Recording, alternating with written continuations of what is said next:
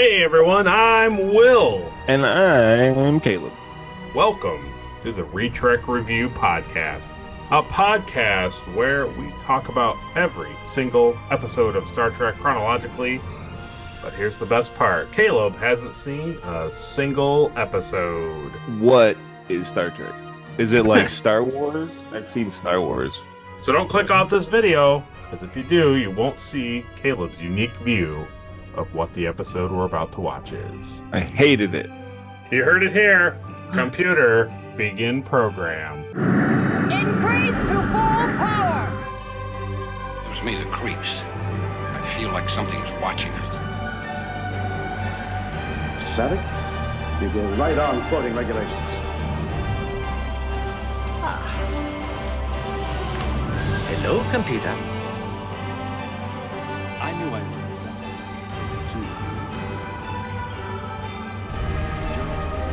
You betrayed your uniform! Target their cargo hold. Time to take out the garbage. Smooth as an android's bottom, eh, Data? I beg your pardon, sir. Aspires to be better than I Come on. It's gonna be fine. 5 years in space. God help me. This is the best day of my life! A phaser? You didn't use it? Swords are fun. Welcome back to another Retrek review, where each week we talk about Star Trek. And this week we're talking about Star Trek The Next Generation, specifically Episode 1 of Season 1. This is not only the season premiere, it's also the series premiere. This episode is entitled Encounter at Farpoint, and it's a double-length episode. Woo! I honestly was like, when I went to watch it and I saw that it was a two-parter, I was like, oh my God. I really am not a fan of that, if I'm being honest. But Just, 3 hours of... But they do that with like everything. Enterprise was the same way. It was like, It was like, hey, here's the season premiere. It's 2 parts. It's 3 hours long. You either gonna like it or you're not. I guess I like it. It's all right. Yeah, it originally aired September 28th, 1987. So Pretty close. here's where it falls after Star Trek 4 and came out before Star Trek 5. Oh, It was written by D.C. Fontana, a name we've heard a lot, and Wow. Gene Roddenberry. nice. It was directed by Corey Allen. The synopsis for Encounter at Farpoint is Captain Jean-Luc Picard leads the crew of the USS Enterprise D on its maiden voyage to examine a new planetary station for trade with the Federation. On the way, they encounter Q, an omnipotent extra-dimensional being who challenges humanity as a barbaric, inferior species. Picard and his new crew must hold off Q's challenge and solve the puzzle of Farpoint Station on Deneb 4, a base that is far more than it seems to be. Has Picard been a captain like before this mission? Yeah, yes. Because I don't get the sense that like this is his first mission, but it's his first mission basically on board this new Yeah. whatever class ship. Galaxy class. Yeah. With all these new crewmans. As the show goes on, they kind of explain his background a little bit better. So, yeah. Okay. The one thing that's nice about this is this show will actually take its time and like give you character backstory. Like, so you'll get to know these people better as the show goes on. You don't have to be worrisome like TOS where it's like, why is he like that? And then there's no explanation for it. So we have a new rating system. We have it being the Mike and Denise Akuda. We'll get there. That's the good rating system. And we have Gene Roddenberry, which is kind of like right down the middle. And then we have Irvin Kaplan, which is the animator who made things pink in Star Trek the Animated Series. Oh, okay. So basically, a Kaplan would be bad, and it would Yeah. be a rating of 1, 2, or 3. 3 Kaplans is the worst thing you've ever seen. 3 Akutas is the best thing you've ever seen. And a Roddenberry is right down the middle. Didn't like it, didn't hate it. Oh my God, that's a hard rating system. So like 1 is you liked it, 2 is you really liked it, and 3 is like it's the best episode. And then same thing in reverse, -1 is you didn't like it, really didn't like it, hated it. Yeah. Gotcha. Let's give it 1 Akuda. 1 Akuta. Yeah, okay. Yeah. I don't think it was. I thought it was good. I enjoyed it. There's a lot of stuff in it that they just kind of start off in the middle and you're trying to like figure out things, but I mean, that's storytelling. So, Yeah. yeah. And, like you said, there's stuff to get used to going forward. But I thought the story was pretty good. It was a classic Star Trek story. I like the characters. It was fun. I enjoyed it. I don't think it was like down the middle, Yeah. Yeah. It's a little higher than that for me. So Yeah, it'd probably be the same. there's just a lot. And like I said, the two being a two episode premiere, it's always kind of like A slog. yeah, it's long. It's long.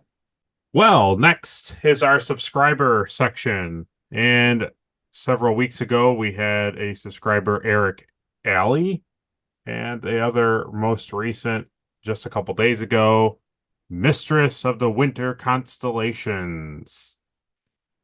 So thanks so much for subscribing. Applause. And if you want to hear your name weekly, you can go over to our Patreon.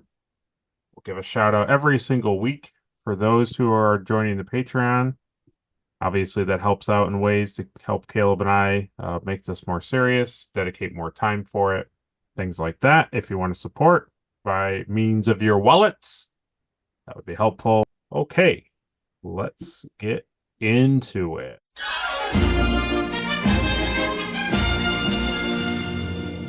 So, Caleb, did you enjoy the intro? Yes. I like Picard's take on the voiceover.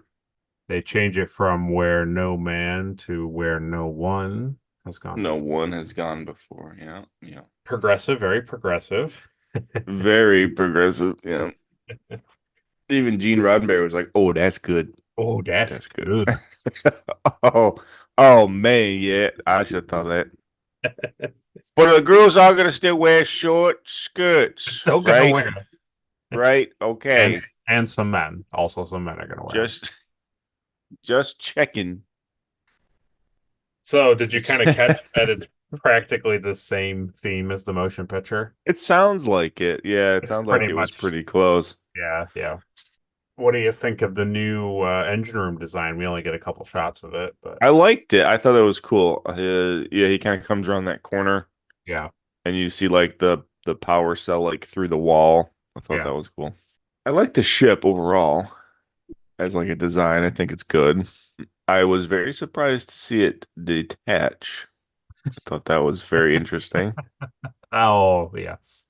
I don't know how that functions or, why that functions that way.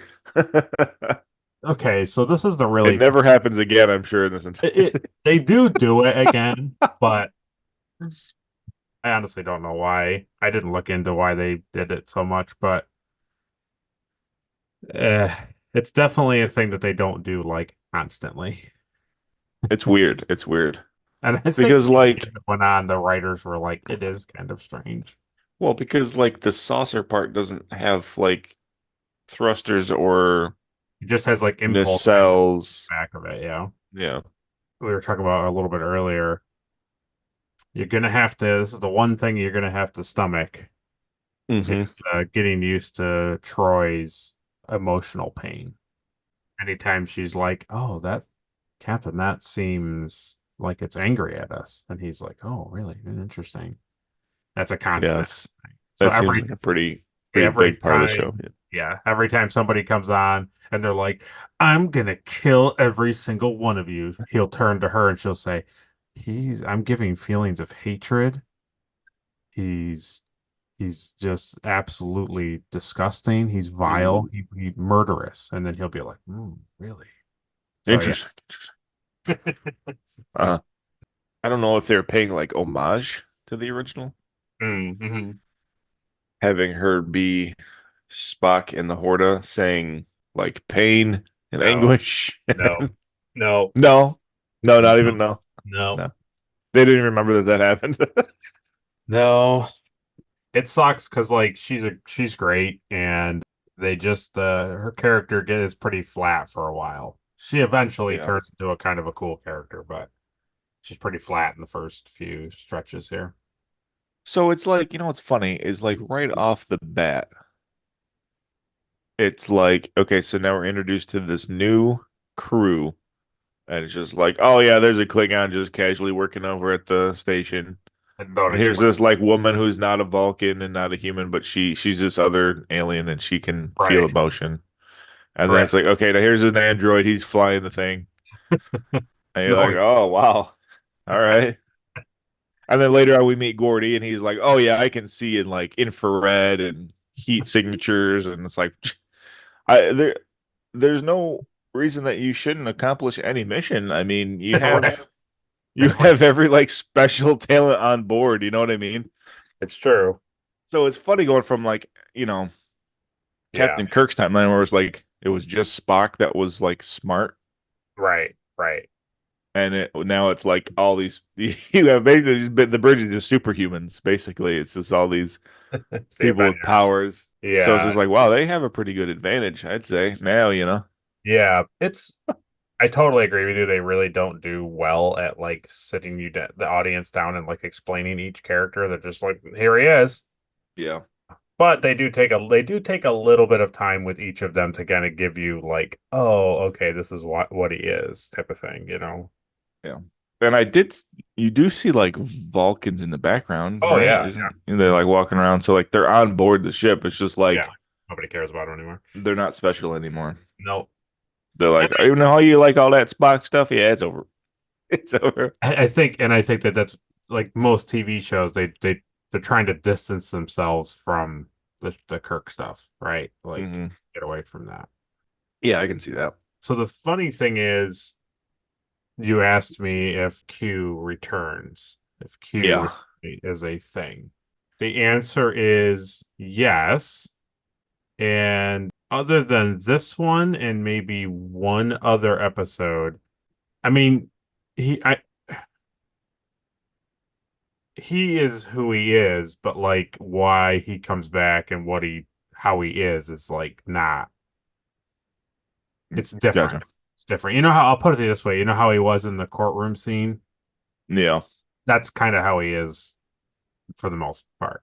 He's not as like I don't know, like how he is when he first gets on the ship as like the weird like Shakespearean old English guy. And then he turns like the 1950s guy, and it's always a thing. They do that even in like the original series and Enterprise here. It's like these aliens don't understand what time period humanity is in. Right.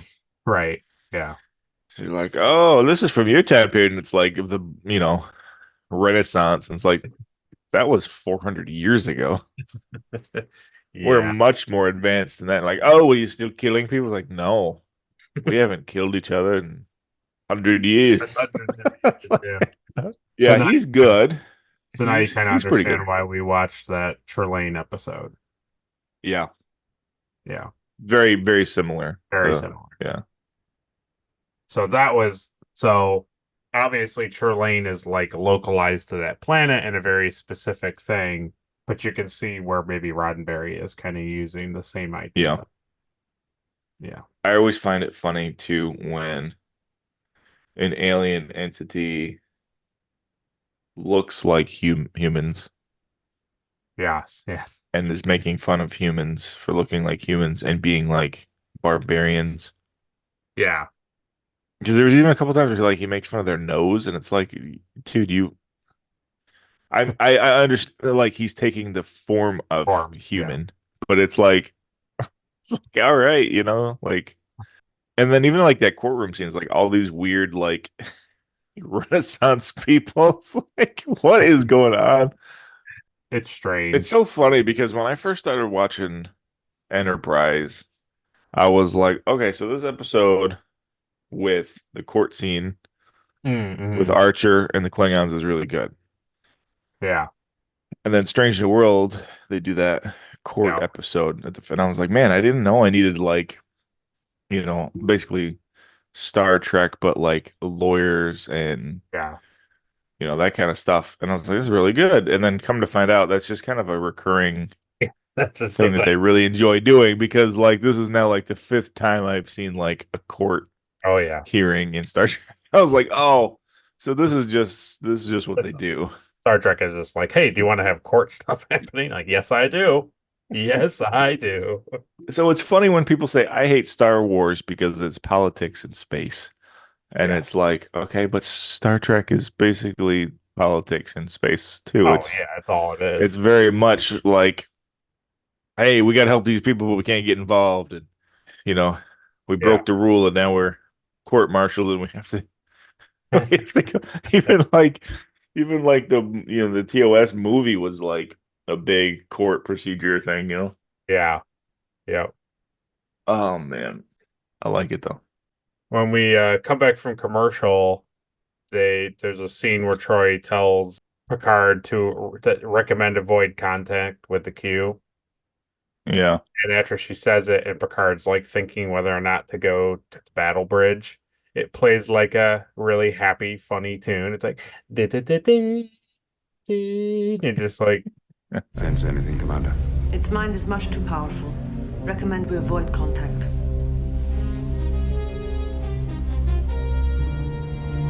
why though? Like he's just thinking. He's just like, uh-huh. there's nothing really spectacular happening. Yeah. There's a lot of stuff in this show that's like very 80s, Oh yeah, very much so. like the freeze frame or like the pan in. Yes. Oh It's yeah. so funny because I don't picture this show in the 80s. I picture it like late 90s for some reason. Oh okay. Yeah. And you're like, no, this is early 80s. This is legitimately like right Yeah. after like TOS and stuff. I was like, wow. I'm pretty sure that those lifts in engineering that like Picard comes down and then Oh Worf yeah. goes up Yeah. are just like literally forklifts with like a platform and they're just like covered and then they're just like raising the platform thing up. That's pretty great. That's pretty Yeah. great. The Enterprise in Wrath of Khan Okay. had the same thing where they Yeah. come down the glass tube into engineering. Same Yeah. elevator type thing. I'm sure they're just forklifts. Yeah. Yeah. It's very funny because it's like, before that it was you go in engineering and you go down the metal staircase. And now it's Oh like, yeah. I gotta get to the engine. And you run in the elevator and you're just like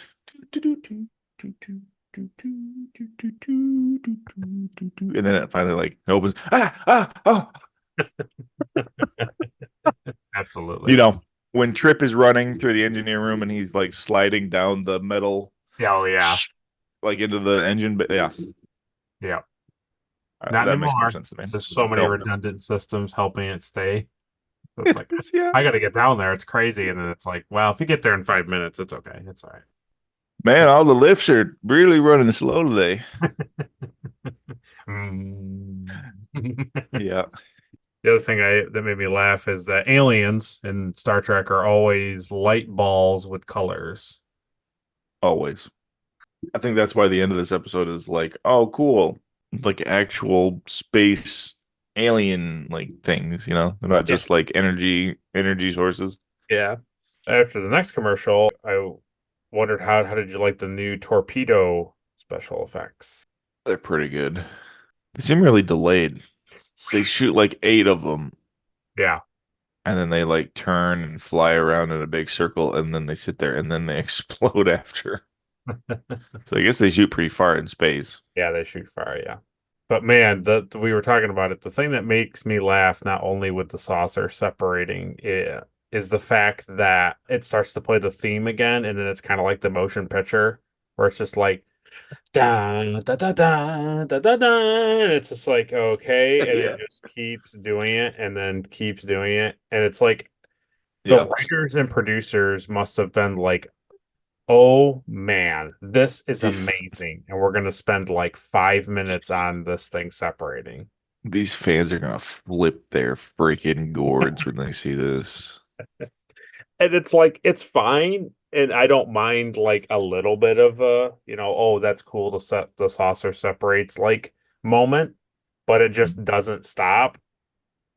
And then it just cuts to them on the battle bridge and they're just staring. And it's just like separation complete. And you're just like, oh, okay. Yeah, I saw that. Like, Yeah, we got it. Yeah. know? I saw the whole process.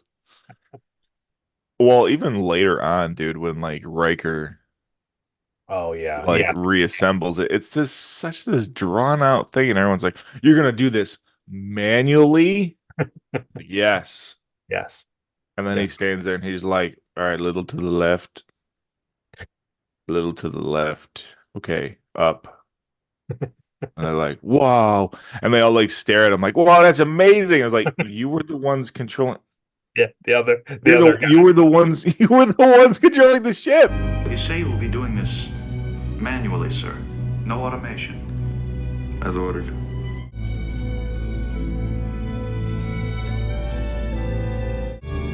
Velocities are 1/2 meter per second.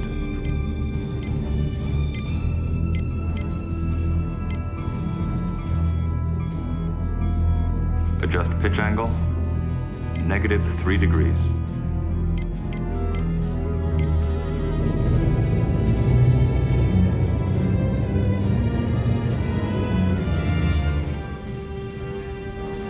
Watch your roll, Abercon. He didn't do anything. No, he just He told didn't him. do anything. If he didn't tell them, they would have just crashed right No in. idea. Wow. Wow. What do you want me I to was do? like, I was like, oh my God. Oh my God. How good Riker is. He knows what commands to give. Wow. Left. Right. Right. Up. Forward. Hold. Engage magnets. Like, whoa. We're never- reconnected with the shuttle. Also, like, how does that seal? How does that create, like, you know, yeah, Oh, don't worry about it. it doesn't matter. Don't worry that Weird. like that part connects, and then you can travel through it to go to the lower parts of the ship. Oh, Yeah, I know. Well, yeah, obviously. don't worry about it. The elevator just like seals off. Yeah. That was just an empty Yeah. elevator shaft, like Oh, with they a have tiny bulk. door on it. I mean, they have bulkheads that close. I mean, that's obvious. Obviously, yeah. they're definitely great. Yeah, So this is the thing that's always crazy about the show to me. So in Enterprise, it makes sense because everything is like real linear, and in TOS, it's just like the bottom half.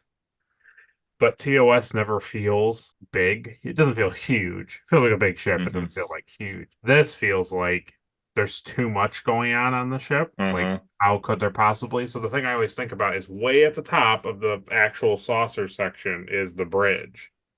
yeah. And then engineering is like way down in the lower half of the drive section. It's just what always makes me laugh, where it's like when you think about where engineering, like where Geordi and anybody is like talking to where like Picard is. It's super far. It's so far away from each other. Well, that's why in this timeline they had to invent comm deltas instead of wall panels because that's how Finally. far away everything is. Finally, they figured You it out. You couldn't run wall panels that you have to run every like 10 feet on the wall. Interesting thing, seeing Picard surrender. Not really a Kirk maneuver, right? That's a little different than Kirk. Kirk would have never give up. That's right. Never surrender. I think Kirk would have just kept on shooting at the Q entity. Just keep shooting. He would have talked him to death. Yeah. If like the Federation stuff has already gone to that planet, why now is like Q stopping them from going that direction? It was just like all of a sudden he was like,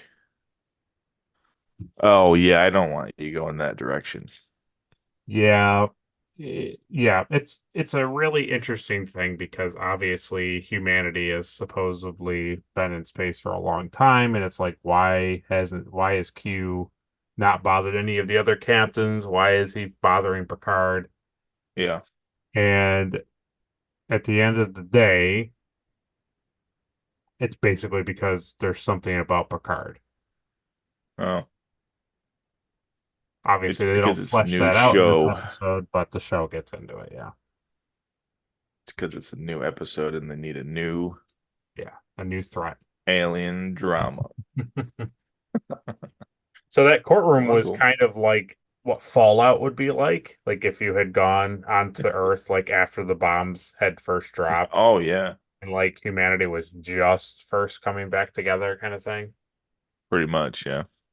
But the weird thing is, and it's fine, it's because it's one of those things that in this time period it's fine, but they go down the line, they change it. So they later established that 2063 is first contact with the Vulcans.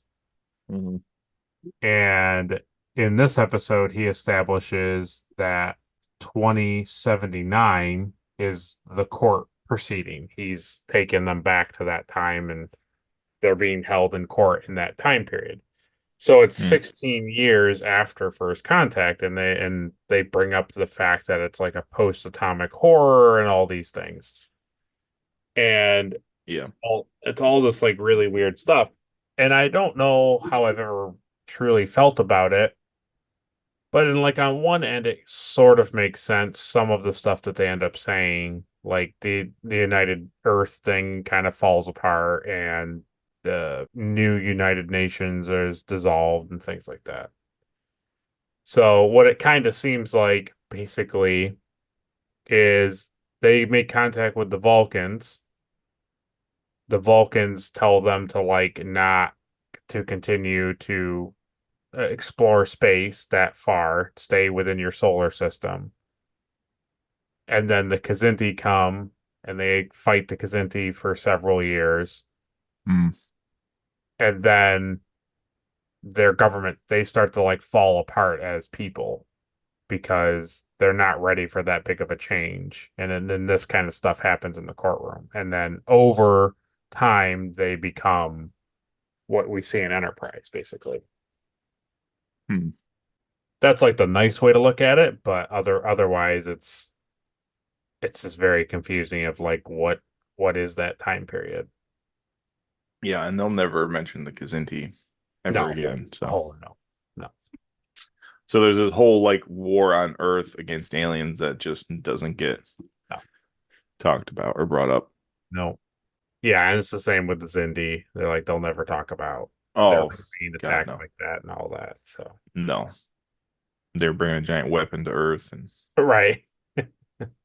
So the only thing I had for the next commercial break was did you enjoy the fact that like all of the crew were separated? Like they weren't all on the bridge when you first were introduced to them. They were like I all thought that was interesting. Yeah. yeah. Yeah, because they're going there, they're going to Farpoint to pick up Riker Yeah. too. And I was like, oh, okay. But then like when you see Riker on Farpoint, then he's with Gordy, and then the doctor, who I knew was on the show, like Yeah. I know her character. Yeah. And I was like, oh, it's interesting that they're all like separated.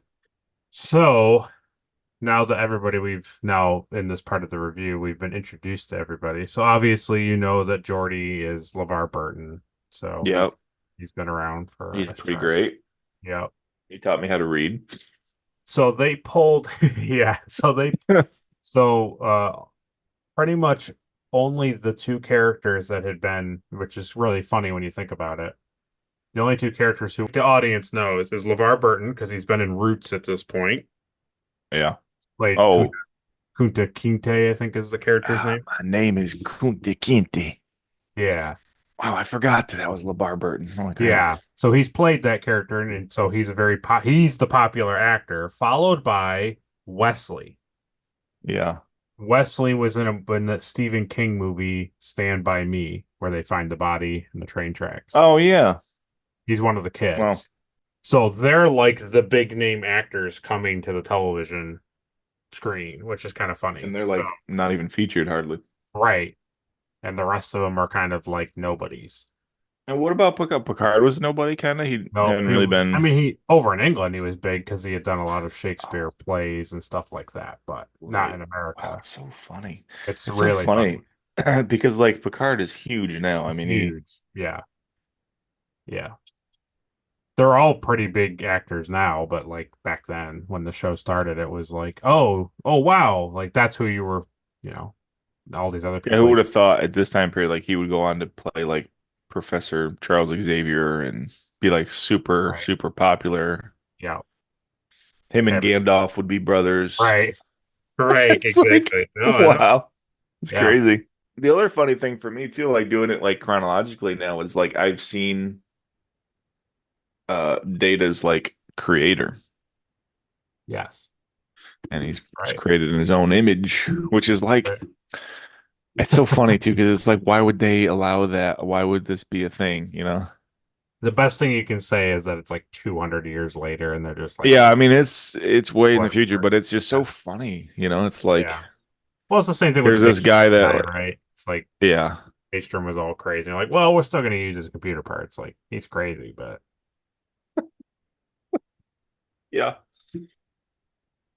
Well, it'll go into it. It gets into it a little bit because obviously, that's such a long time ago. Obviously, there are other members of the family essentially. So yeah, right, and he's great.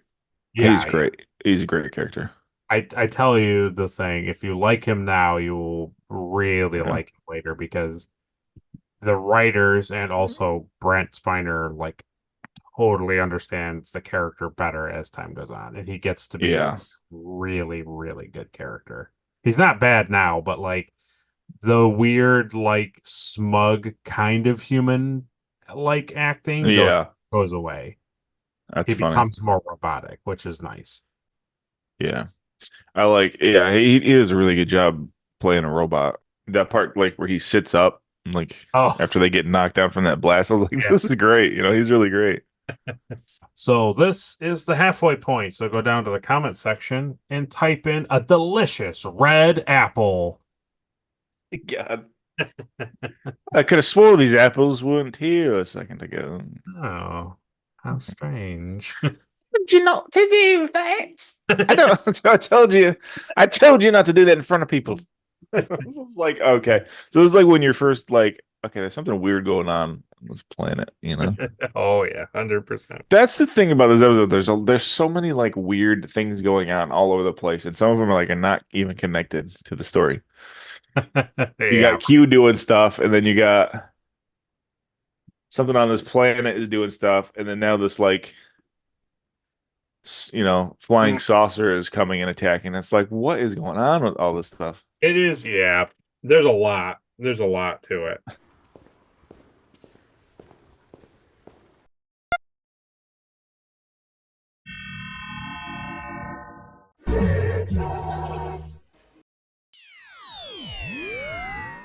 Well, since we've gotten to the part where we're talking about Groppler Zorn, perhaps we should cut over and talk to the man who played him himself. Ladies and gentlemen, it's Michael Bell. So we wanted to welcome to the podcast Mr. Michael Bell. He plays Groppler Zorn in this episode of Star Trek that we were reviewing today. You may not know, but he has been in a absolute ton of live action and also animated. Just to give you a example, he is in things like Transformers, G.I. Joe, The Smurfs, Rugrats, 80s Incredible Hulk, and then in live action, we're talking Mannix, MASH, Gomer Pyle, absolutely across the board. So not just Star Trek The Next Generation. There are so many things he has played in. His list of film and television is astounding. I was really, really amazed because as a fan of Star Trek, I knew that you were in Deep Space Nine and I knew that you were the next generation, and I knew you had done some animated work, but I didn't realize your catalog had gone all the way back to shows that are iconic. I mean, just absolutely When the Earth was still cooling. iconic. Well, maybe not quite right now. So the question we wanted to ask you was, how did you first get into Hollywood? Like, what helped you get into acting? Well, I've been acting, been training pretty much all my life. Okay. Went to Hollywood, and I didn't get picked up on until I was well into my 30s. Just, went out on auditions, did little theater, lots of theater, going to little theater. That's all you can do. And worked at as many manual jobs as I could work at to make a living, from cleaning toilets to working as an usher at Grauman's Chinese Theater, selling clothes. I worked at one of those drive-ins where you on skates where you go back and forth and you serve people. Okay. Oh, wow. I did all that stuff. Yeah, I had to keep alive. So eventually I was working in answering service and in an answering service, and the guy who ran it said, I got to introduce you to some people, because he was an actor. He introduced me to a casting director, and I wound up doing a television show, which was just great for me. And then the Army called because I volunteered for the draft. Okay. And then once I got out, I started to work. Wow. You were born in Brooklyn? Yeah, Brooklyn, New York. Yeah. That's cool. Yeah. So you didn't get into acting until you were in your 30s. So you left New York probably pretty early. I went to the High School of Performing Arts in New York, in Manhattan. And I left to come to California. And I think I was I think it was 19 or 20 or something. Wow. Everything is foggy looking back. But I think that was pretty much it. And stayed with an elderly aunt and uncle who lived out here.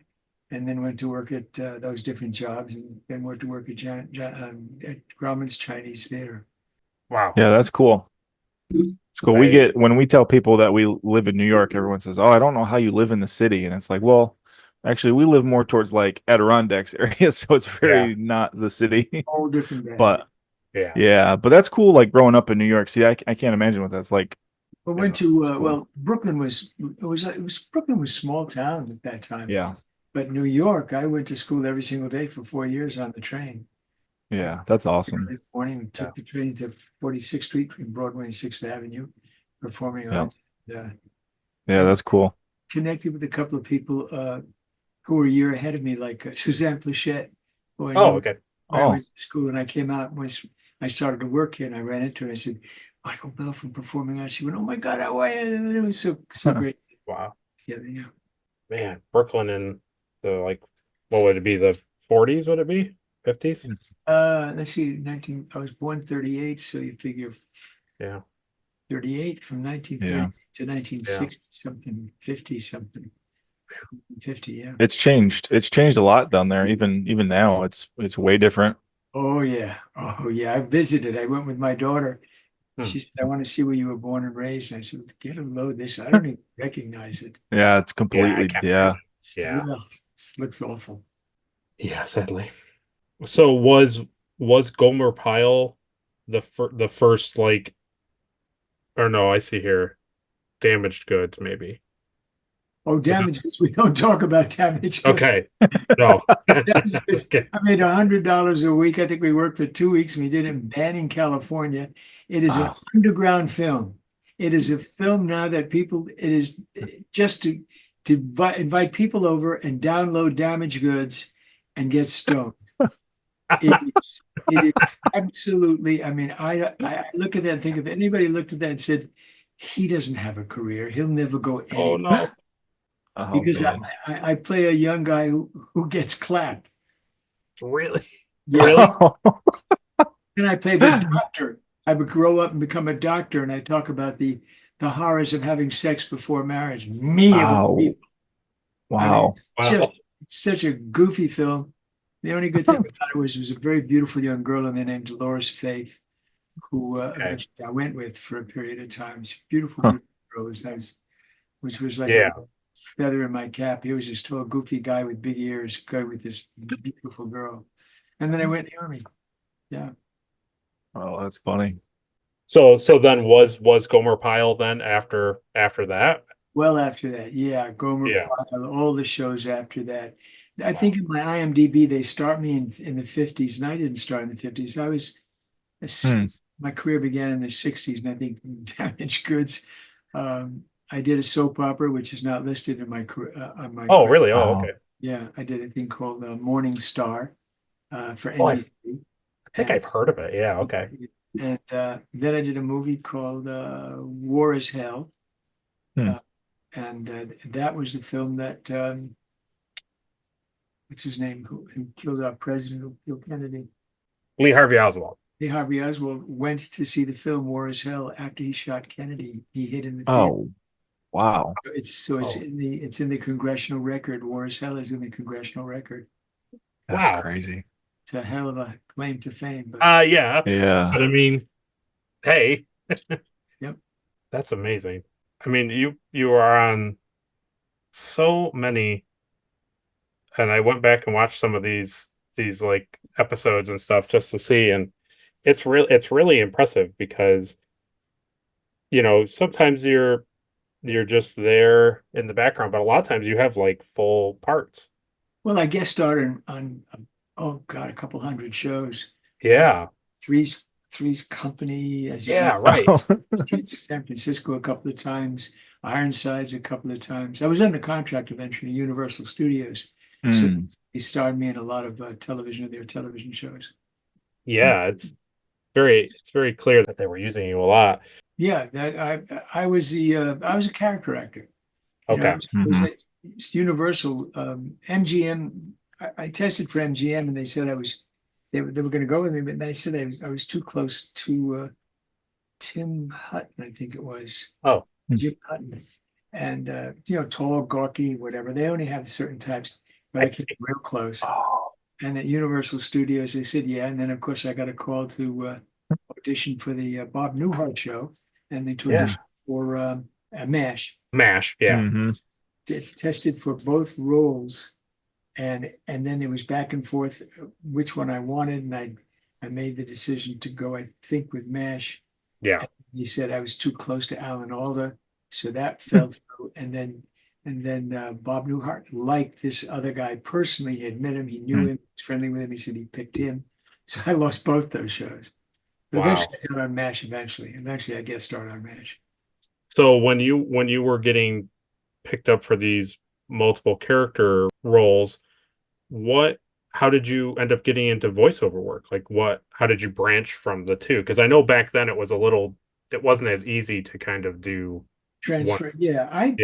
I was doing okay and on camera, I'd done Get Smart, and I'd done all these different shows. Right. And I met a gal who was doing voiceovers at the time. She was a very funny woman, Joey Gerber, who's passed, and top voiceover in the industry. And then we went together, and she said, Mikey, you do all these characters. You're never going to get to play the characters you want to play on camera. You do so much stuff. You're just going to be playing the bad guys almost all the time. And in commercials, you'll be the dad or the goofy boyfriend over the dog. I mean, you get a chance to do the stuff that you want to do. And so she brought me into a session with Mel Blanc. Oh, wow. Okay. Wow. Because she was working for Mel a lot and for Noel Blanc, son. And she said, I'm bringing Mikey Bell in. And said, okay. They said, sure. So I went to the house, and he said, Noel said, hey, you want to go in the booth with Dad? Dad being Mel Blanc. Wow. Think of that. I mean, I'm still in right. And I went, Mel Blanc. And I said, hey, and he says, hey, how you doing? I said, hi, good to meet you. And then Noel said, all right, Dad, here's the script. They give us both the script. And I'm a young boy, and I'm buying a rug from an East Indian man. And I said, okay. And Mel starts, and he says, no, Dad, no, he's East Indian. You sound like an American Indian. Make an East Indian. So we started getting, no, Dad, no, an East Indian. And we started getting, he said, Dad, he said, all right, never mind. Mike, can you do East Indian? Wow. And he said, yes. And I thought, oh God. Mel, I said, is that okay? He said, oh, sure, go, boy, chick, sure, go ahead, play the other role. I said, okay, and I did it, and it went, and he said, great, and I felt so elated, and I came home and I said, I just beat Mel Blanc out of a job. I can't Yeah. believe it. And then Mel and I have actually worked together on Speed Buggy. Yeah, right. okay. Yeah. That's funny. That is, yeah. So there was no like conflict between Universal and Warner Brothers then, because I know unless Mel wasn't working for. No, when you do radio stuff, no, there's no conflict when you do. Okay. There's never any conflict. Good. No. Yeah, cool. Hmm. Yeah, wow, Mel Blanc. Yeah, that's pretty funny. That's a cool. Magic. That's like in my opinion, I think it's pretty fantastic to have somebody of that caliber. Like you're taking his job from him. That's pretty amazing. It was just, we switched, and I said, I can't believe that he said it was okay, because some people might take umbrage. He's, or fight and say, well, no, I can do it. Show me what to do. It's so cool. He said, go, because I had studied dialects, which is what Joni brought me in. She says, you do so many different dialects. Oh, And not many actors at that time in voiceover were doing dialects. yeah. Silly little characters. Okay, you little tiny Yeah, boy. yeah. I can totally. And I suddenly came up because I had, I'd studied it. I trained for it. So, yeah. That's cool. That makes total sense. Yeah. I can see why they would grab you, because like you said, most of the voices back then were, like you're saying, they were either like high pitch, really deep, or they had like I don't know, Goofy, they had like, yeah. goofy, or like a New York accent was kind of like the tough. A lot of the stuff was over the top. Now Mel was brilliant. Mel, I mean, I don't know. Yeah. Mel, if you think about it now, they need 4 different actors to do the roles that Mel did as one person. Absolutely. Yeah. And these guys are my friends, and they're very talented, but you need someone to do Porky Pig, and someone to do Yosemite Sam, and somebody else to do, the Sylvester Cat, and then somebody else who does Bugs Bunny, because they don't do all of those. He did it all, and he sang top. Right. In their voices, right? Because that was like Yeah. to do. Yeah. He's great. I mean, you go through absolutely iconic 80s television series and of animated and live action, and then we get you to Star Trek: The Next Generation. Right. So did you audition for that, or did they know you from something else? Well, Corey Allen was directing, and I knew Corey from years back. I had done a couple of plays and got to meet Corey when he was directing plays, and we weren't close friends, but we were friends. And I could call him every now and then. We would talk or something. And he was directing. He said, I'd like you to come in and read for this. And I said, great. Because I wanted to do Star Trek. I'd wanted to do it for some time when Shatner was doing it. But, so this was the pilot. And I said, I would love to do that. Of course, I came in and he asked me to read for Q. Character of Q. Oh, wow. So I read for Q, and for the producer, he didn't bring me in. It was Corey that brought me in. And as I was leaving, he said, Mike, would you read for the role of Groppler Zorn?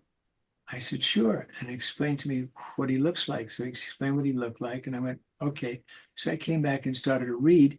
And because he looked like an old man, I read him like an old man. Oh. Said, no, use your own voice. I said, oh my God. I said, this with the long hair, gray hair, and whatever stuff. And he said, no, use your own voice. I said, okay. So I used my own voice, and then I got it. They called, and he said to me right then and there, you got it. It's yours. Wow. So Gene Roddenberry said, so when I went back in, he said, okay, you're it. I said, I got it. He said, yeah. Well, and because normally today they would use a celebrity. They would have a celebrity do these things. But then they just wanted actors. So I said, even though I made things miserable for you in a pilot called Then Came Bronson with Michael Parks. And he said, oh, I remember that. No, not to worry. Because Parks is a wonderful actor, but then he was a nasty kid. He's just a nasty parvenu, handsome kid who was on his way up, the next Brando or the next James Dean. Such a putz. But he's such a fine actor. He's an old dude, but he's such a fine actor. But we just didn't, we got into it. And I walked off the set. I said, okay, that's it. This is how you want to act? schmuck. I'm walking off the set, and I walked off the set, and the director came running down, and he said, "Oh my God, what are we gonna do?" I said, "Hey, once he learns his lines, I'll be fine." And there was, and Roddenberry remembered, and he said, "No sweat, not to worry." I said, "Okay, cool, I love it." I went up to the show. Yeah. Wow. That's great. I was gonna ask you if you had like a personal interaction with Gene on set. I know he was getting sick at about this time, wasn't he? Will? I think he was starting to get sick, but I mean, Mr. Bell would know better. Yeah, no, so he was at that time in the casting, and he was fine. I don't think we met or saw each other after that. I don't recall, but I do know that when they had a scene, as you recall, if you remember, Groppler Zorn gets invisible creature picks him up and begins to juggle him around when he with him. So they had to lift me up on guide wires. They had to lift me up on wires. Oh, okay. And I said, I'd like to bring my own stuntman in, who was a friend of mine, Roger. They said, well, you really don't need a stuntman. I said, yeah, I would like to have him there just in case. So they dressed him up as well. And he said, I want a mattress underneath down here because we're lifting Michael, and I'm horizontal, and they're going to lift me up like this, and I'm about 6 or 7 feet off the floor, and I'm lying out flat, and I'm just struggling and crying, and let me down, whatever, etc. Yeah. And they said the guy who was the stunt coordinator says, "There's no problem. I know what I'm doing. I've been done this many times." He said, "Look, I have flown Lucille Ball." I said, "Yeah, but her balls are different than mine." Yeah. He said, "So do me a favor and listen to what Roger said." So they put the mattress down, and they lifted me up, and I'm struggling. And wouldn't you know, the damn thing snapped, and I came down right on the mat. And I lied there. I didn't move. And I didn't say a word. I didn't say a word. And I heard people shuffling over. Bruce came over, and somebody else came over, and then somebody else. And I hear him going, "Is he okay? Mike? Is he all right? Jesus. Oh my God. Is he okay? Mike? And I woke up and I went, I see a series in my future. And they said, you son of a bitch. I mean, they were really scared the crap out of me. I said, "This place is going to be a parking lot tomorrow if I don't get a job." They gave me Deep Space Nine. Oh, yeah, absolutely. That's awesome. Yeah. Wow, that's a great story. Of course that it would snap on you too, Mm-hmm. I have the script. Funny. I have that script from that pilot. I don't know. I have it here somewhere. I don't know why I took it home. Oh, wow. Yeah. How early did you end up getting it? Like, I know that they filmed, but like, how early in advance did you get the script? Oh, probably a day or two. 3 days, Okay. 2 or 3 days. Yeah. You have to be a quick study when you're doing television. Mm-hmm. Yeah, because they have like a really fast turnaround from what I understand, and I've heard a lot of other people who have been on Star Trek say that you have to be very word perfect with the script. Yeah. You can't improvise a great deal. You can play a little bit, but you can't change the dialogue. You got people that have written this stuff, and they're the writers, you're the actor. You're like a puppet. As long as you're a talented puppet, still a puppet. Caleb hasn't gotten, so he's watching Star Trek for the first time, and he hasn't gotten to Deep Space Nine. So when you pop back up in Deep Space Nine, that'll be a fun treat for him. Who's not watching Deep Space Nine? So Caleb here, my co-host, he's going through Star Trek for the first time. Oh, you are? Oh, really? Okay. Yeah. Cool. Okay, cool. Yeah, my mom always watched it like growing up, but I was too cool for it, so. Too cool for Deep Space Nine. Yeah, but now I'm going back through, and I've watched it all the way from the original series, and I've seen all of Enterprise, and so I'm having fun. Yeah, I'm enjoying it. No, it is fun. And there's in Deep Space Nine, I did 2 segments. I did one I was a creature, one I was a Bajoran. I have the nose. I still have the nose. They gave me the nose. Wow. I have a plastic thing. That's cool. And the creature, it was an interesting thing. I wasn't aware that they were going to have to. I thought they would just, do silly stuff. But what they did was he poured this glunk all over. He told me what he was going to do. He's going to pour glunk, this stuff all over my head. Oh. He's going to pour over. So he said, are you claustrophobic? And I said, no. And he said, okay, great. He's because this is very claustrophobic. I mean, it really gets scary. So yeah. something from my mouth and something from my nose. Oh. And they poured this like syrup, thick stuff over my face. Yeah. And you hear yourself going, I can't. and then you say, I said, yeah, I'm fine. Okay, great. I'm thinking, I can hear my heart going. Oh. Don't think bad thoughts. Think you're out in the sunshine. Oh my Yeah. God. Oh my God. And then finally, eventually he lifted it off. I said, has anybody ever panicked? He said, oh yeah, we've had actors go, I can't do this. They would start to rip it off and they'd have to recast. So they did that. They made the mask and he did all this kind of fun stuff like a pharaoh or creature, kind of whatever, lots of beads and crap. And then I wore lifts, these lifted shoes. Oh, okay, yes. Okay. 7, 8 feet tall, is that 8 or 9 feet tall. And then I had to go to lunch, and you can't take the makeup off when you go to lunch. No, of course not. I'm stomping down through Paramount for a lunch break. Great. And I hear a voice going, Daddy? And my wife and daughter are visiting the set. Oh. But how the heck did she recognize me? I'm like, wow. Like Frankenstein. She goes, Daddy? And I think she's a little kid. And she recognized me. That is cool. So funny. So when we get on the set, he said, you're going to have these, when you get a chance to see this, you're going to have these like blow up things on the side of your neck. He said, and Mike was at the other end, who was the guy who made my makeup. And he's at the other end. He's got a tube attached to it down my clothes to that. Yep. When I get angry, it flares up and it keeps flaring. I can't see it. I've never seen the show. So I play a Gila fight or whatever the heck it is. And it blows up. And he's at the other end. And I see him squatting there. And I'm getting angry. And he's going, hello. And then when they went cut, and Corey Allen said, because Corey did that one too, and he said, so how'd that go? He went great. And I said, Mike, best blowjob I ever had. Blaze just went crazy. Absolutely. Oh my gosh. This is Mike Westmore from the famous Westmore, like Ern Westmore and Perce Westmore, famous people through the years, very famous makeup. You ever see the name Westmore? He was the great grandson, whatever. Now, wonderful guy. But, okay. Yeah. Because that's right. The Family Goes. Way back. Yeah. Man, I've seen so many actors, like they'll show the behind the scenes thing of getting that like material on them. And how long were you like the chair, like for that to happen? Like how long did it take? About an hour. Oh, that was about an hour. But it was. But still. And then having it on me. I mean, it's heavy stuff, and it's not a trial. It's not like working in a feather factory, for God's sakes. Right. In a dumpster. It was just very bizarre. Yeah, and you can't see. It's really cool. It was cool though. Yeah, that is cool.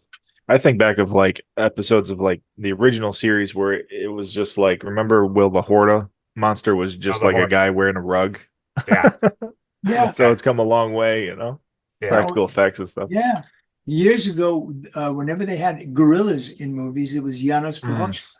And Janos' kids took over. And now they would never put him in a uniform, unless if it's for a commercial or something.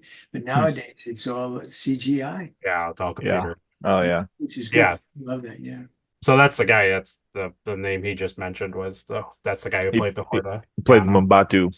Yeah. Yeah. That's cool. Good.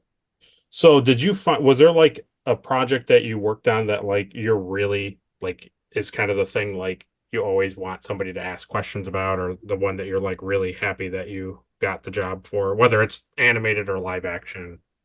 I think they all have something to recommend themselves. I think possibly Rugrats. Rugrats was a real treat. Got to play real people, honest characters, which was great fun. And of course, as I said, I've always wanted to do Star Trek. I've always wanted. I'm a big sci-fi fan, so I've always wanted to be in a sci-fi. So that was great fun. I've always wanted to do a horror cool. film, but never got a chance to do a horror film. I always Hmm. wanted. Yeah, most of it is pretty kid friendly for the most part. So yeah. Yeah, I never want. Hmm. Never wanted to do a stag film. That didn't interest me. Hmm. That is yeah, we were talking about the fact that like you were the grandfather on Rugrats, and then I think also is it Chucky's dad? Chucky's dad, Chaz, Oh yeah. and Angelica's dad, Drew, Oh, Oh yeah. that's what it was, Angelica. and Reptar, and Mr. Mucklehoney, and the whole. I did at least 3 voices for the show Wow. for the first year or 2 years. Yeah. It's fantastic. I like That's crazy. Yeah, that's awesome. that was one of the things that like I knew, like I said, I knew you had been in Star Trek and some other things, but then when I looked it up, I was like, oh, Rugrats, and I was like, how did I miss this? So yeah, that's Congrats, yeah. iconic. Yeah, Absolutely. like we grow. I mean, at least I grew up that era where Rugrats was like super popular as a kid. Oh You yeah, never grew up. Yeah. sure, that's Rugrats' motto. Yeah. Very true.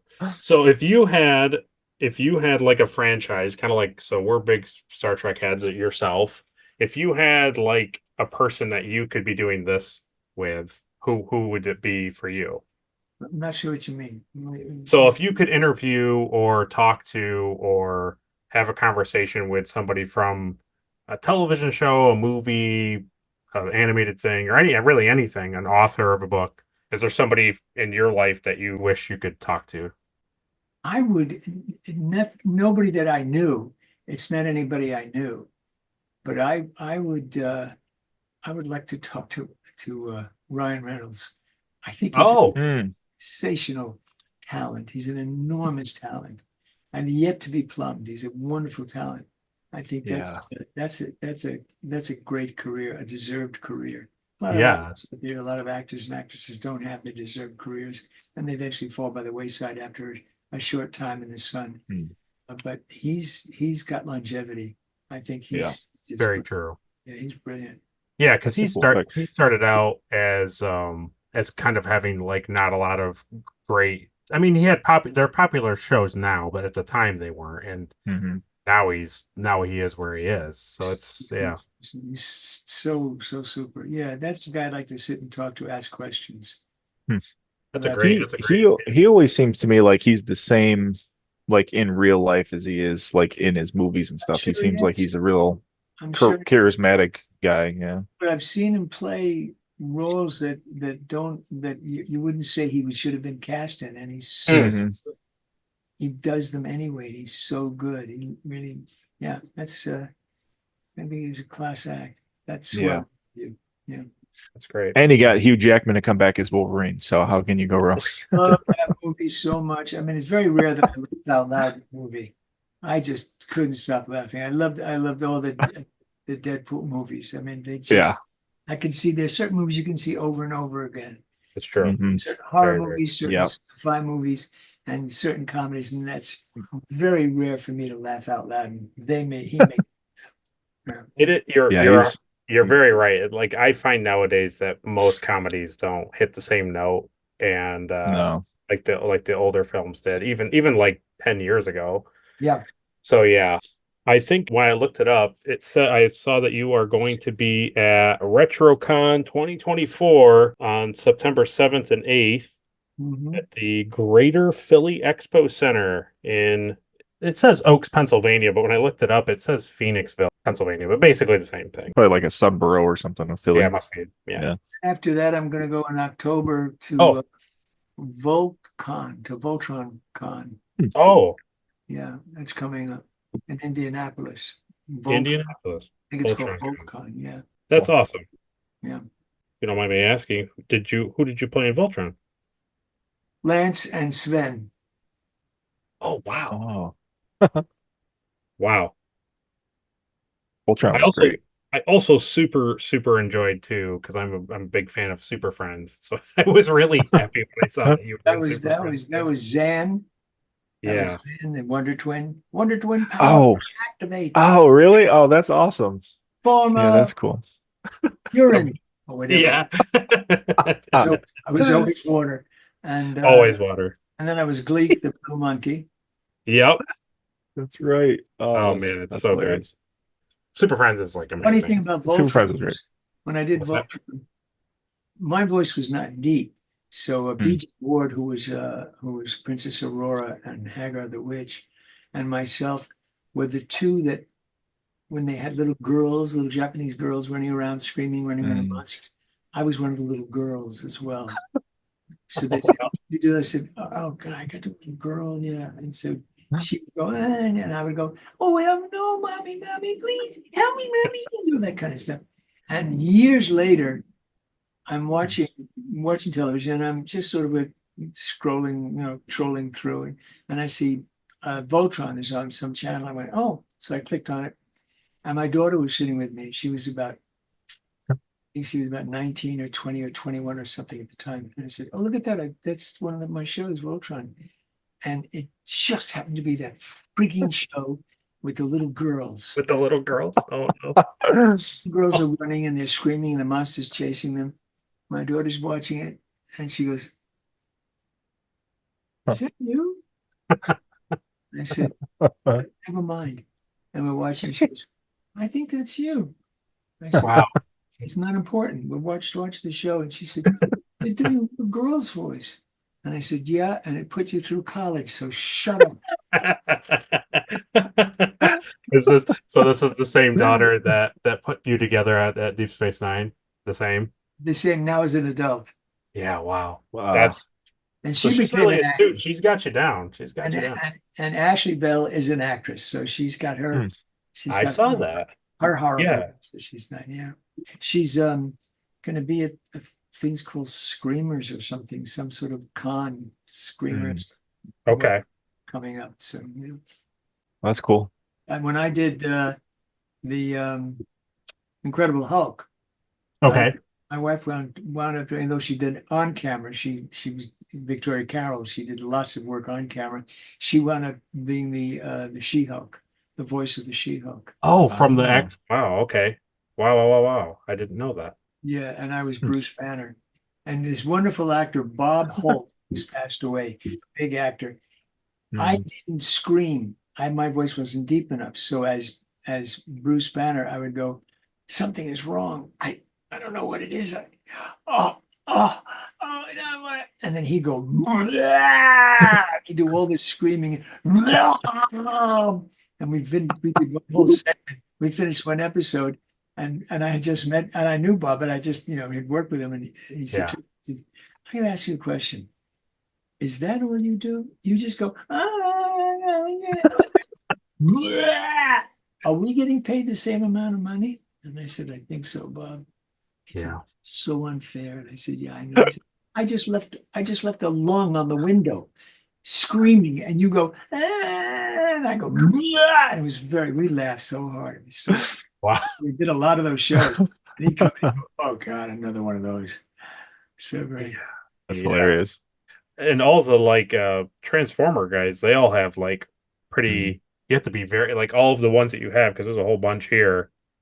They had to be high and low and. Oh yeah, well, because you played so many characters. Right. So if I was Prowl, it was in my voice a little bit in this area here, and then if I was Brainstorm, it had to be somewhere over here, because there had to be a separation from the characters. Someone else gets a dialect.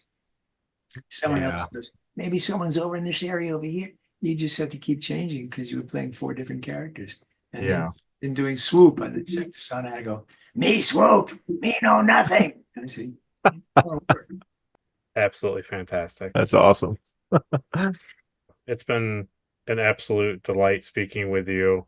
I really appreciate we got this to work out. What an absolute treat. It's not only is it great to have somebody from Star Trek alum on, but then also this amazing animated cartoon voice actor on top of it. And then on top of it, a wonderful perfect character actor, as you said. So maybe one of these days, one of the developers will watch these things and invite me to do a Star Trek convention, because they've yet to do it.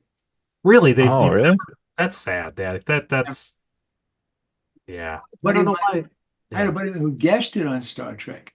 He just had a guest role I did the pilot, for God's sakes. Guest starred on the pilot. He gets Yeah. to one of the later shows on that, and he did a con in Paris, and he's got here, he's got. I said, I can't get Gaza, I can't get Israel, I can't get Fallujah con. I said, I can't get a con, I can't get a Star Trek con. They're not going to invite me. And this is That's the thing. funny. The thing that's crazy to me is like, okay, we have the opening credits and the whole main cast is there, but you're literally second in the thing. Yeah, Your name Yeah. is second right after John Delancey. It's like that's crazy that nobody reaches out. It's so crazy. Yeah. My agent said he's tried, and they said, well, if he wants to set up his own table and fly out on his own, I said, no, I'm not going to do that. No, yeah. No, For anybody. it's the pilot. Like it's the like I Yeah. don't. And also, you've played other characters in Deep Space Nine. It's not like you were one throw off kind of. Mhm. Yeah, It wasn't a one-off. Yeah, exactly. So Yeah, that's lame. that's funny. So here in New York, like an hour north of us is Ticonderoga, Yeah. and they have that guy up there has built like a set, but he has people all the time come up there. Sure. Really? That place is pretty great. Yeah. Yeah. Is It's it in common? downtown Ticonderoga, and he rebuilt the original Bill Shatner Enterprise, like the Oh, whole yeah. sound stage is built. He rebuilt it. Oh, But he's working on next gen. You know what's funny is you may have actually interacted with him because he worked on next gen.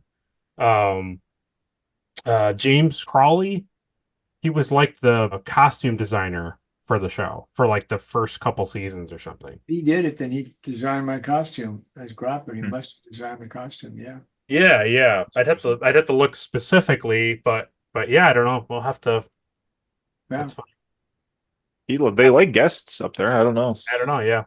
Well, safe travels to Pennsylvania and Indianapolis, and again, tremendous thank you for joining us. It Thanks. was Thanks for asking. That's cool. phenomenal. Yeah, I was happy to reach out, and it was even more of a happy accident when I looked and I was like, oh wow, like more than I possibly could imagine. So it was Well, great. this is really a treat. Thank you so much, and have a great one, guys. Yeah, have You a too. great rest of your day. Thank you again, Mr. Bell. Thanks, Michael. Bye-bye. You got it. Wow, our first podcast guest. Our thanks for Michael Bell for joining the podcast. Super amazing of him to do so. Really fun interview. Couldn't be happier. So let's get back to the review.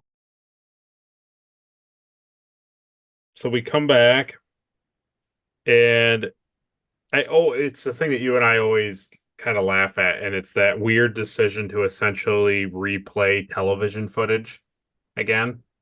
So it's like they want Riker to see what happened while he was gone, and then they're like, well, we're just gonna play the episode again. And you're like, okay, got it. Yeah, I know. And it's like they obviously chop through it because they're trying to save on time. Right.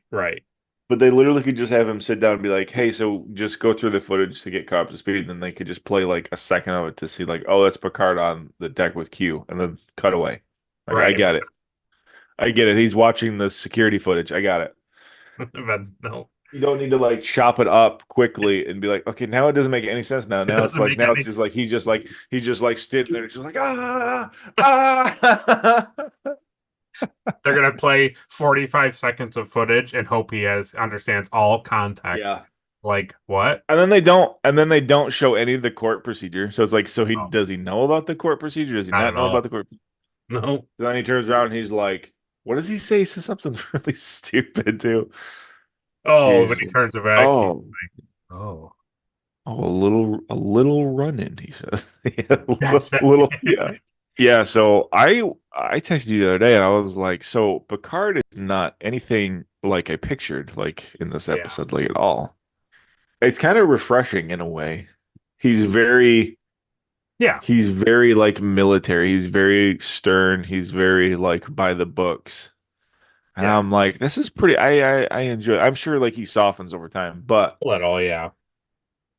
But I enjoy this because, I feel like we've seen so many other captains kind of just get, they're like they want to be friends with everybody. Not that that's a bad thing either, but I don't know. I enjoy it because it's different. Yes. He is. They're all different. All the captains are different. So yeah, it's nice that Picard is much more of the diplomat. He's much more of like the Yeah, bureaucratic. I think that's cool. Yeah. Even this is why I'm bringing it up, is because the scene where he's talking to Riker in his Oh yeah. quarters or whatever, the captain's table or Ready whatever, room or wherever he something. is. Yeah. He's very like stern at first, asking him questions, Yeah. and it's like, oh wow, he's being kind of a, and then he's like, okay, good, good. He's like, he wants to know where this guy stands. Yeah. He wants to make sure he's picked the right. I mean, he's Yeah. practically picked everybody. Like Picard. Picard has It's gone through. basically like he's Yeah. basically asking like, so you're gonna like put my life first, even if I give you direct order not to. Right. He's like, absolutely. He's like, excellent. So you're not. I did the same thing when I was the first. And Back when I was number one. number one. And Yeah. then you can see after that scene, he kind of softens a little bit. He Yeah. smiles. He's like, hey, I'm really not good with kids, and there's a lot of families on board. So Yeah. if you He's could always like, make I me know. not look like an Yeah. And they come to find out that's an impossible task, apparently. sorry, Captain. It's great that this episode, a lot of stuff they peel back at the layers of a lot of different things in this episode, and the nice thing about it is they continue it. They're not like, oh, it's not. That's the thing I think you're gonna like about it. It's not like the original series where they throw in. It's like, oh man, Kirk has a brother, and then it's like, oh, he's dead, and it's like, oh, are you ever gonna talk about him again? It's like, no, never going to talk about him ever again. Like, Was that Kirk oh, with a mustache? No. right. And where in this thing they'll be like, oh, whatever. Like Worf has a Yeah. brother, and then it's like, oh, guess who comes back? Worf's brother. Or if Worf's brother dies, they'll talk about Worf's brother being dead again. Like, Mm-hmm. so that's the nice thing about this is Yeah. talking about him not doing well with children and other things they bring up in the episode. Like they lean into it, which is nice. Yeah, that's good. I enjoy their back and forth specifically, like you were talking about in that section. Specifically that one. Like the first time when he's like, you're gonna duck it manually is like that's fine. I don't really love Mhm. or hate that scene. But though later when he's like, can I speak candidly? And then Picard is like, always, and then they kind of go back and forth with some stuff. That's a good scene. Yeah, I like that. So great and sad. Dr. Leonard McCoy. Oh man. Yeah. That was pretty good. Yeah. You ain't got no points on your ears, boy. Yeah. Yeah, why was he so like I don't know. Because he's just what was old. the choice? But it's so funny. Yeah. And it's so funny because like you said, like this was between movies. So it Yeah. was like he was still doing stuff. He still was doing stuff. But I can tell you, it's the last time we see McCoy. Yeah, I figured. Yep. Yeah. I know that was pretty cool. It was funny because they set up like, yeah, some like special admirals on board, and he refuses to use the Transporter. the transporter. Yeah. And like, I wonder who that could be. I was expecting him to show up like in his hippie chain and his beard and stuff again. What does he say? Doesn't he say like, oh, I don't see no ears, no pointed ears. Yeah, you And ain't he's got like, no oh, I'm an pointed ears. android. Yeah, yes. And he's like, even worse. He says almost as bad, I think is what Almost as bad as what he said. Yeah. Yeah, then they had the next commercial break, and like you said, hey, anguish, The fear. Hall of the Lost. The Cave of the Fun. Finished Children. Yep. I like it. Yeah. Nice. Yeah. It's the one thing. It's the one thing that it takes a long time for her to get beyond that. Just shouting emotions and looking crazy. She's good at like forming tears on command. Oh, I'll say. she's a great actress. Like she is phenomenal. Mhm. I don't have any problems with her acting. It's just the fact that they don't write her well. She's always Yeah. like, I'm so sad. And you're like, okay, Oh, yes, well. okay. Like, I know, and the interesting aren't thing is you like she also an can. officer that went through like 4 to 6 years of academy training? You Yeah, know, they didn't train me on emotions. right? Um, yeah, and then she can just like shut it off on Oh, command wow. too, because Riker's like, "Hey, so just like turn off like sadness," and she's Yeah, like, "Got it." Like, well, you need to tell her to do it before she does it. yeah. Otherwise, it just comes in like a sieve. Yeah. So even though we didn't watch the episode in TOS, which they have a room on on the Enterprise called the Rec Room, which is essentially like the holodeck. But here's the Mhm. holodeck. You get to see it. Yeah. Here's a thing that I've known about for a long time, Yeah. and I have not seen it ever till now. Well, there is a very reminiscent episode of Enterprise with the aliens, right? The Klingons see their home Yes. worlds and stuff like that. The Oh, ship Trip gets gets like pregnant. sick. Yes, and he gets pregnant. Yes. Yeah, Yeah. So the holodeck is pretty cool. it is cool. I don't know how you can get wet. Doesn't matter. Yeah, never see it again. Don't you understand that light protons can look like water and make your suit wet? Like easy. Yes, I do understand that. Okay. Very good. There's a lot of things going forward that they don't super get into how the holodeck works because part of it is like, I don't think this could actually work, but they just they teeter on the edge of like, it's fine. And also like, should this be happening? Yeah, this is another scene too where like Picard is really like abrasive. They're all coming out of the Oh. holodeck, and he's like, "Oh, I should probably," Wesley's like, "I should probably get a towel," and he's like, "Yeah, obviously you should do that." It's like, oh, okay, like it's his fault. Yeah. Yeah. And then like later on when he like finds out who he is, he's like, "Oh, I'm sure, like, Yeah. obviously if I knew who you were, I wouldn't have been such a jerk." Like, So we get that classic UFO design. pretty good. I like seeing a classic UFO design. What did you think of the transporter special effects? What do you think of that? It's like really bright.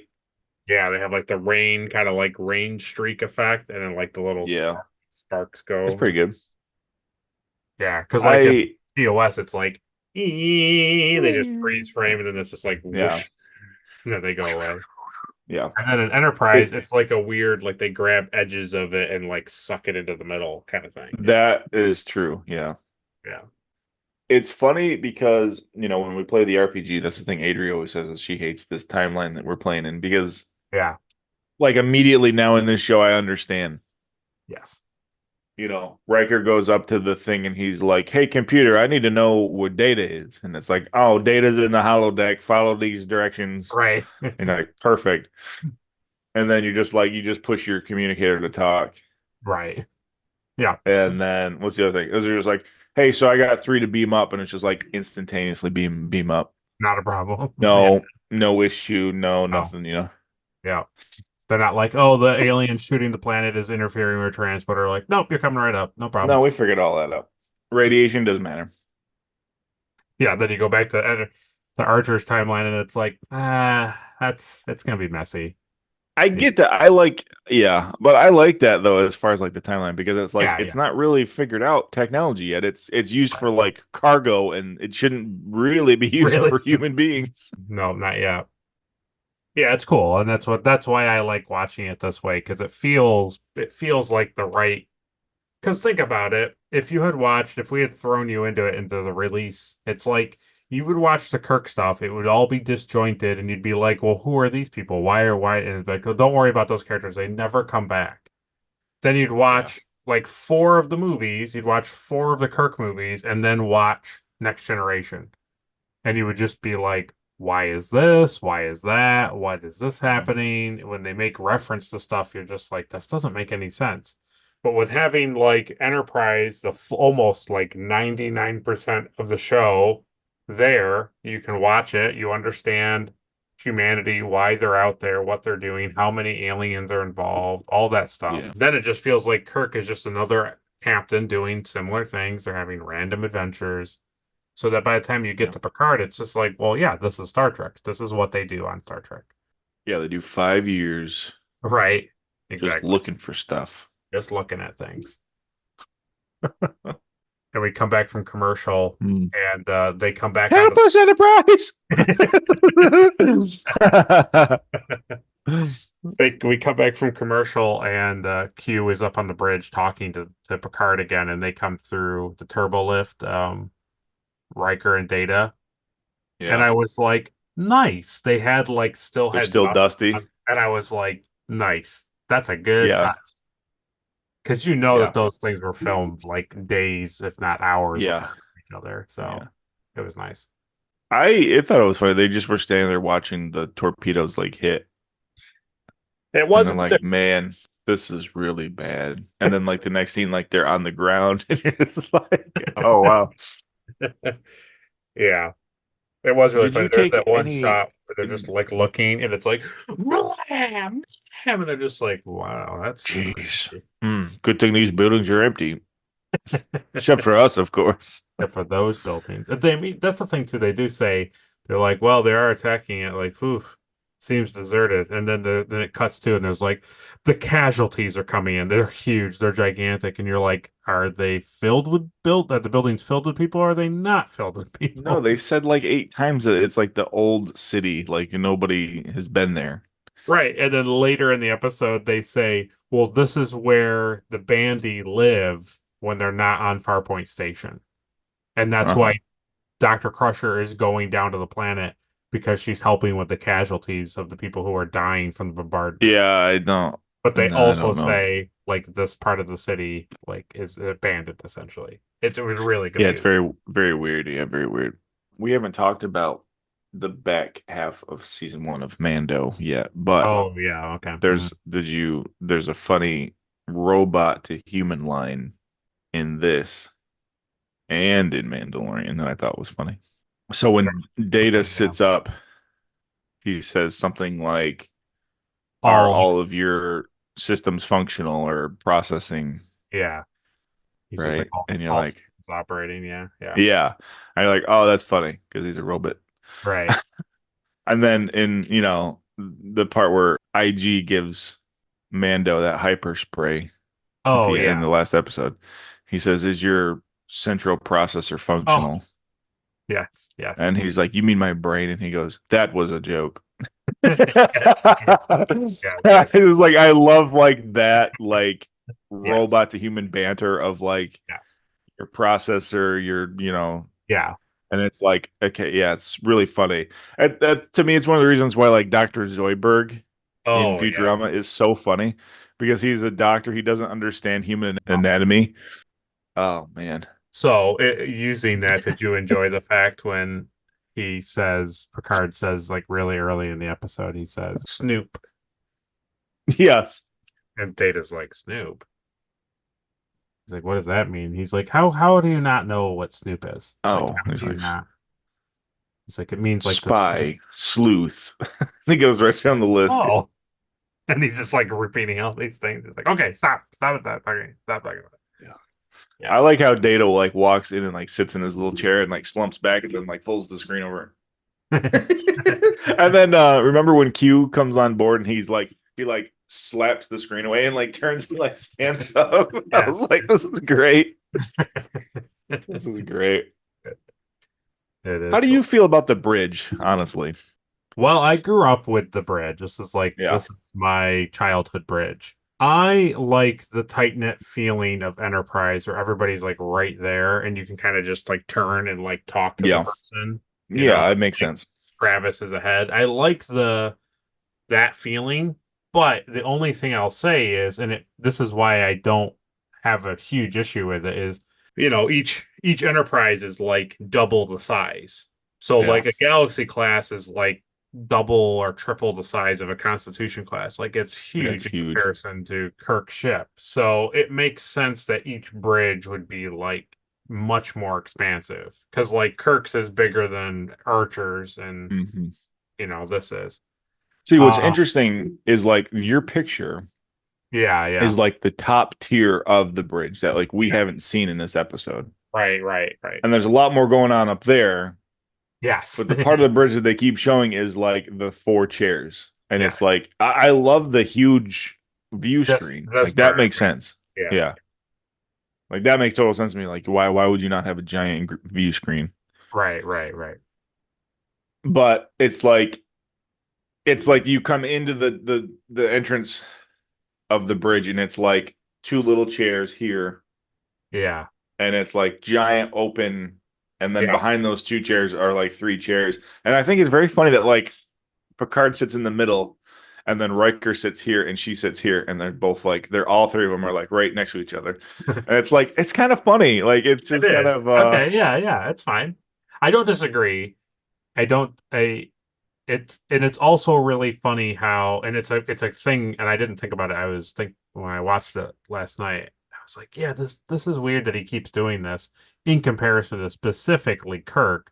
Is every time something happens, Picard gets up and like stands like in he the gets out of his middle, chair. and he's constantly like and he does it all the time. Like it's not that doesn't go away. It's not like a pilot thing. He constantly gets out of his seat.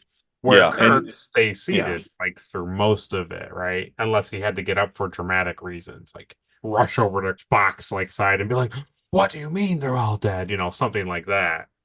Yeah. Kirk was the opposite. Kirk would be like up doing stuff in the bridge, walking around and like talking to stations. And then when they would go at red alert, he would like get in his chair and stay in his chair. Like that was his part. Because even like in this episode, Picard is like, hey, so look at all these buttons on the captain's chair. Look at this does all this stuff. This does all this stuff. And then anytime there's an emergency, he's like, oh my God. And he like stands up and it's like, how are you giving orders? You're not in your chair. You have to be in the chair. It's funny. It's just funny. It's just different, Yeah. The really nice thing is, and it's the same thing that happens with all the shows, is like as the show will go on, I think you'll appreciate how they treat the bridge. They take some loving care with the bridge and make it feel like cool, essentially.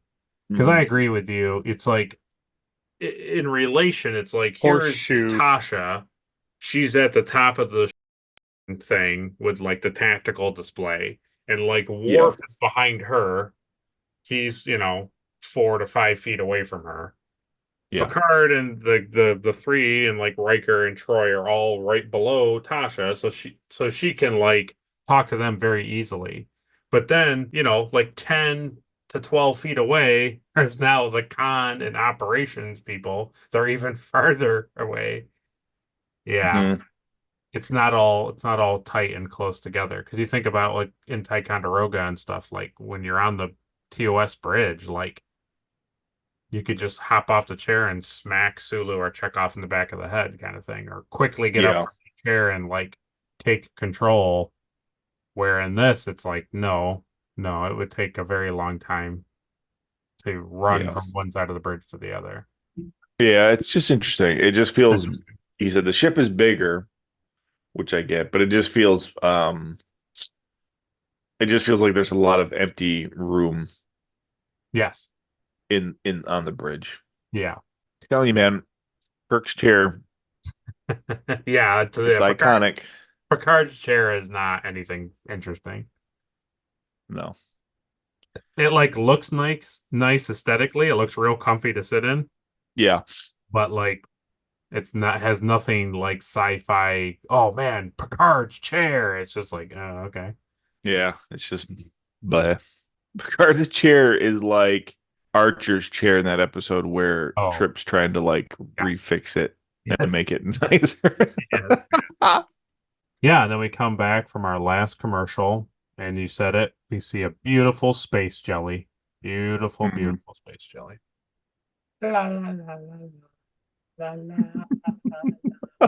That was pretty good. Don't you see it, Captain? Isn't it obvious? You stupid primate moron. It's an alien, you freak. You fool. It's always an alien. Yeah. That's what he should have done. That's what Oh, Q yeah. should have done. He should have been examining humanity the past, 100 Yeah. years and been like, how do these people not realize yet that it's always an alien? There's always an alien doing something.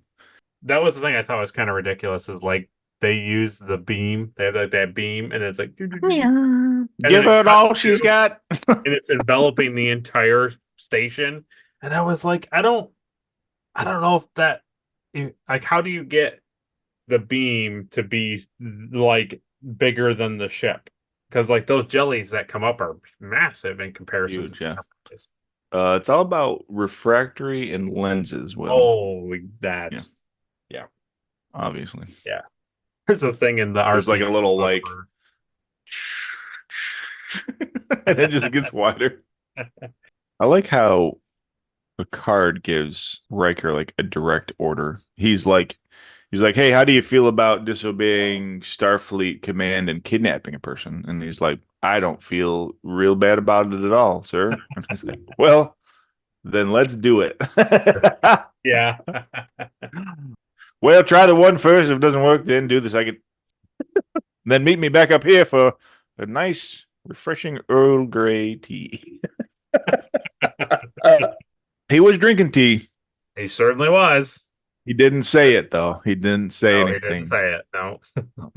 But yeah, he did say make it so. Make it so.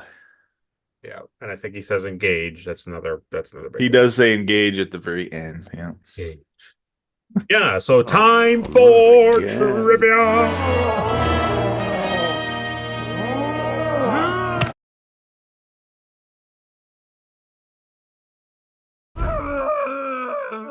All right, now you're overacting.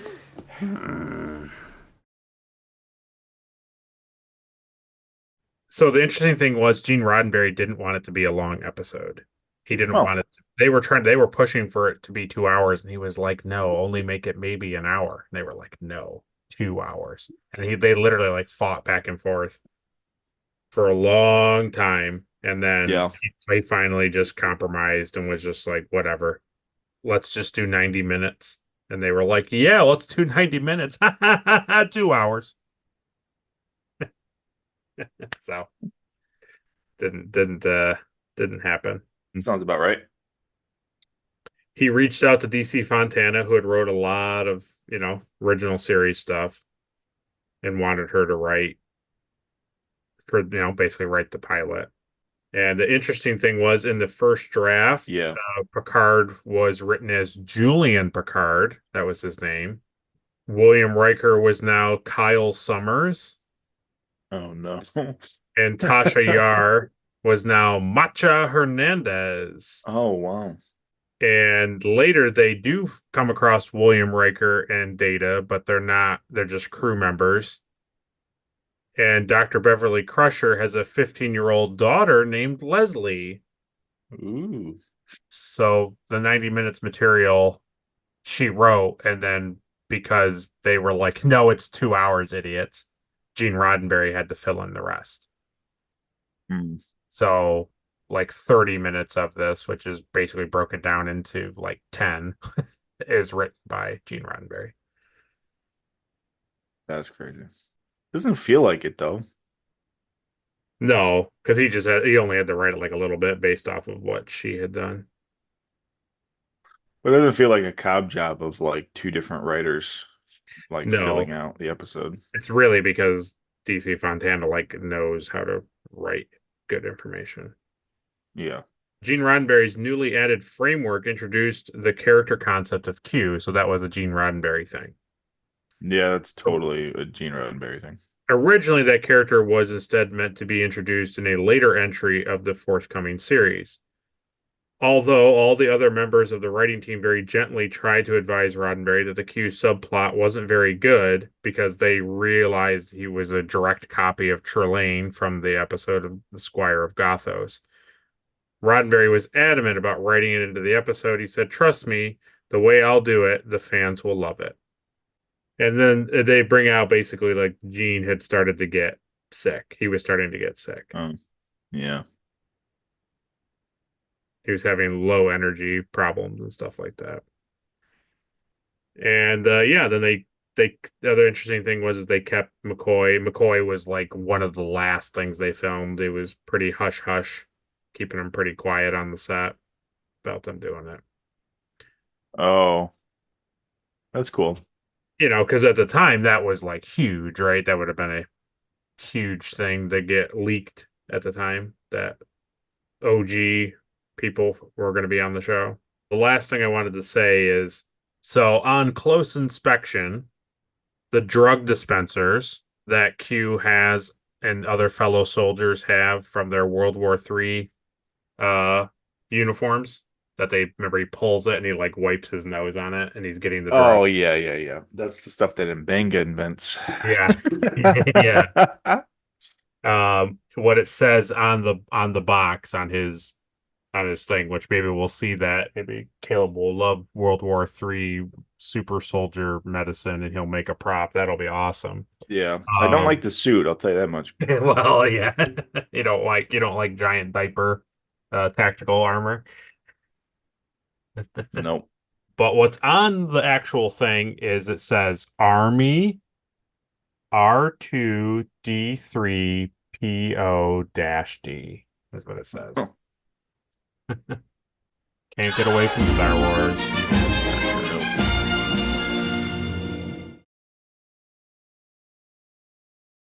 Well, that is pretty much the episode. But before we conclude it, we do the thing every single person in the audience has been waiting for. It's time for What Does Caleb Think?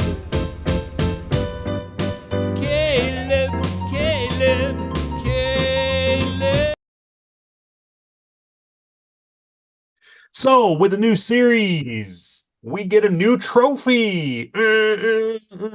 So he has like 900 questions to answer. Here we go. Question number 1. Who gets the Erica Ortegas Award for being the most unlikable? Yeah, what's her name? I don't know her name. Oh, Tasha Yar. Yes. Wow. You picked Tasha over Q. I thought you were gonna pick Q. No, Q's fine. He's annoying, but he's meant to be annoying. Yeah, I don't know. I didn't really super love her character. For me, it's always like when you're part of a group and you're with your captain, and then she like jumps up and punches the guy in the courtroom. Oh yeah. Mm-hmm. Like, okay. And it's like you're there literally because this guy says that like humanity is full of people hot-headed savages, like and then you people, prove his point by proceeding to attack somebody in a courtroom. It's like, yeah, it's really stupid.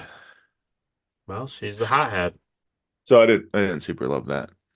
Yeah, I thought that was probably like the stupidest thing in the episode. Honestly, it was that part. Fair enough. And then they play it off too like she's justified. Like Q's like, you were out of line. You shouldn't be attacking these people. I was like, what are you talking about? He was shooting the ground and she like jumped up and kicked him. She was tired of the noise.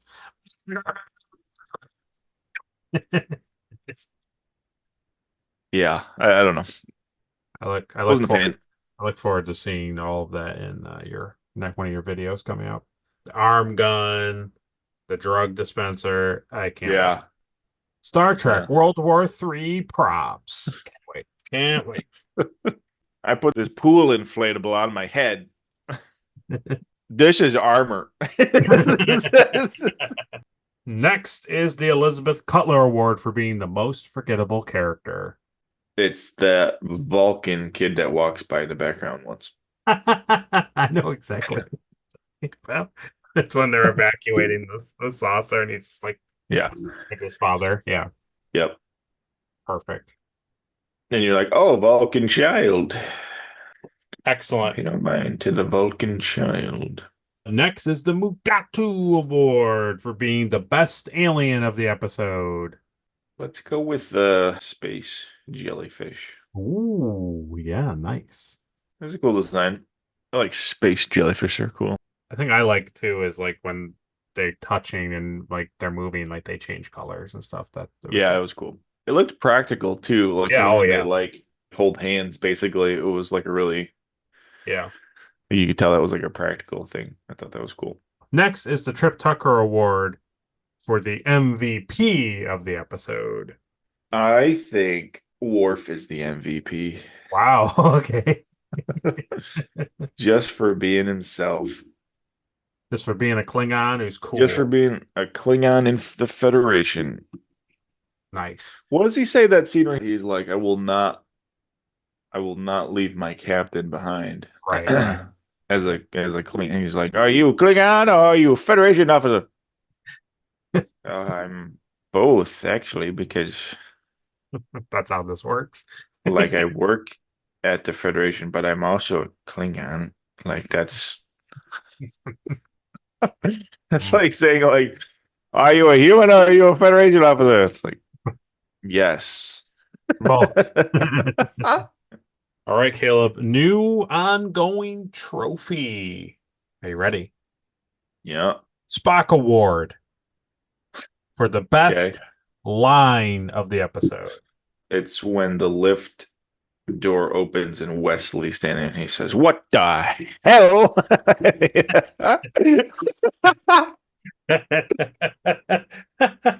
That's okay. Yes.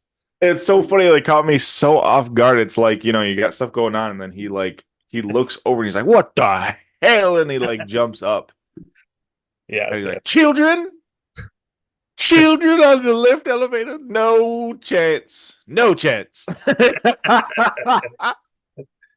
Wow. Yes. Yeah, it's pretty funny. Good stuff. Next is the Shran Award for the best action sequence. I think it's when the jellyfish beams and tortures Zorn. Okay, yeah. He's like, I think that's a pretty good. I like how they're on board, right? yeah. And they're like, she's like, I feel like a sense of accomplishment, but I also feel pain, anguish. Yeah. And they're like, oh, I wonder what that is. Yeah. And then it's like they walk 3 more steps and they just hear down the hall like, make it stop. No. It hurts. No. Oh God. Yeah. Good stuff. No. And the reason I was laughing was because I was thinking you're gonna pick like the separation of the battle bridge and the sauce.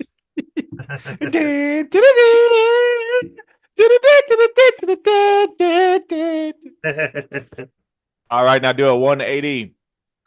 We're Left. gonna block him from the shuttle, but and then when they come to, like back from the court thing, Yeah. they're like yeah. no idea where the saucer is, Yeah, yeah, and yeah. then they just go to the planet and they're just like no idea where the thing, and you're thinking like, oh wow, okay, so he's like holding that Yes. captive until they, and then there's like, hey captain, so the saucer will be here in like 30 minutes.